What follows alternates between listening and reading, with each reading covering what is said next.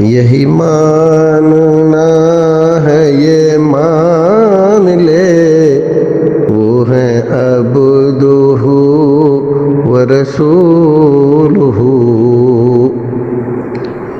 وہ خدا نہیں ہے یہ جان لے وہ ہیں عبدہ و رسولہ۔ الحمدللہ رب العالمین والصلاة والسلام علی سید الانبیاء والمرسلین وعلی آلہ واصحابہ اجمعین ومن تبعہم بإحسان الی یوم الدین، اما بعد۔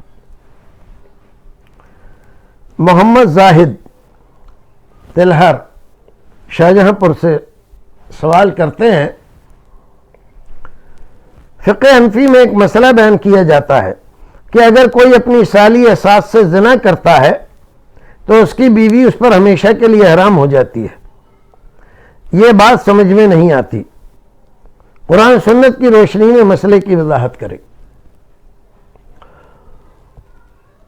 زاہد صاحب، بہت سارے مسئلے ہیں جو عام لوگوں کی سمجھ میں نہیں آتے ہیں، علماء کرام سے پوچھ لینا چاہیے۔ رہا یہ مسئلہ تو اس میں کوئی شک نہیں ہے کہ فقہ حنفی کا یہی مسئلہ ہے، لیکن حضرت امام شافعی رحمۃ اللہ علیہ اس کے سخت خلاف ہے۔ اسی طرح سے وہ روایات جو صحابہ کرام رضوان اللہ تعالیٰ علیہم اجمعین سے اس سلسلے میں آئی ہے، خاص طور سے حضرت عائشہ سے موقوفاً و مرفوعاً، یہ روایت اس طرح سے آئی ہے، کوئی حرام کام کسی حلال چیز کو حرام نہیں کر دیتا۔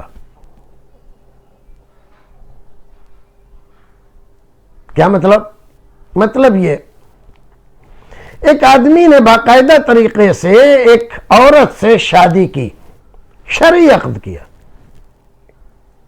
یہ سراسر یہ معاملہ حلال ہے۔ اب یہ آدمی اپنی بدبختی کی وجہ سے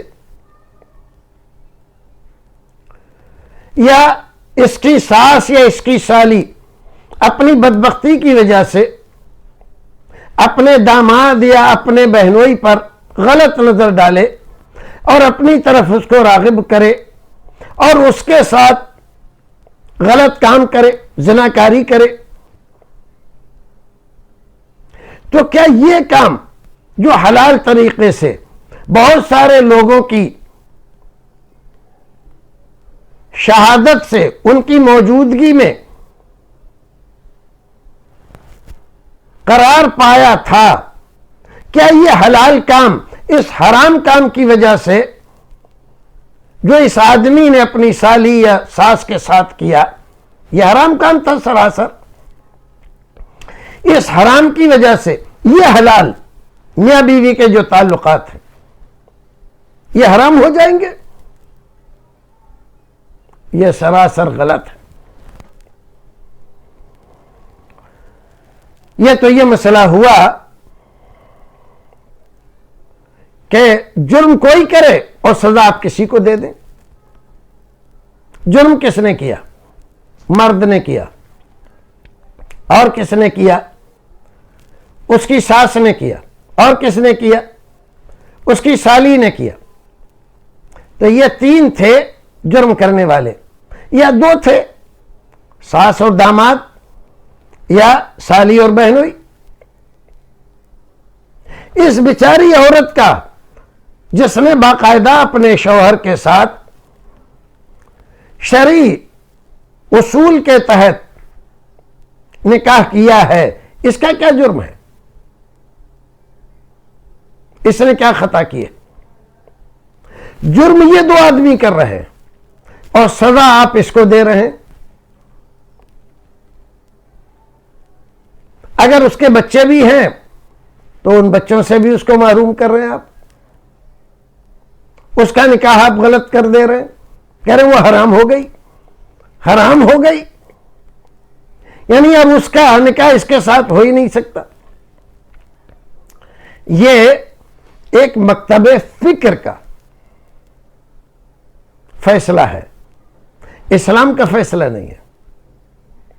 اسلام ایسے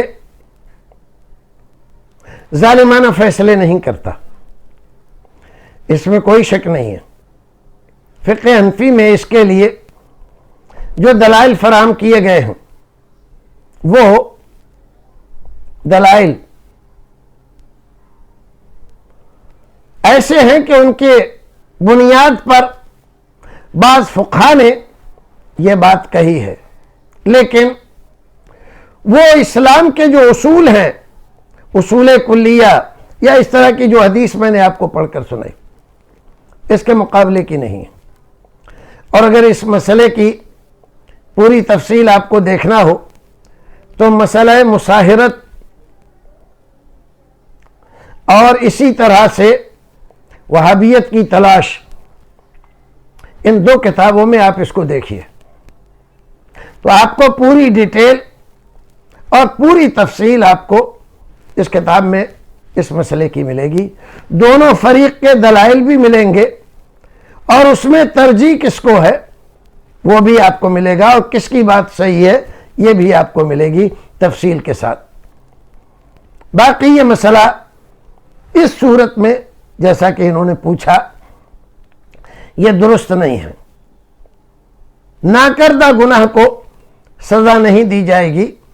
سزا اگر دینا ہے آپ کو تو اس شوہر کو دیجئے، اس ساس کو دیجئے، اس سالی کو دیجئے، نہ یہ کہ اس بیچاری عورت کو دے دیں آپ جس نے کوئی جرم کیا ہی نہیں ہے، جس کو پتہ ہی نہیں کیا ہوا کیا نہیں ہوا۔ اللہ رب العزت ہمیں اور آپ کو نیک عمل کرنے کی توفیق عطا فرمائے۔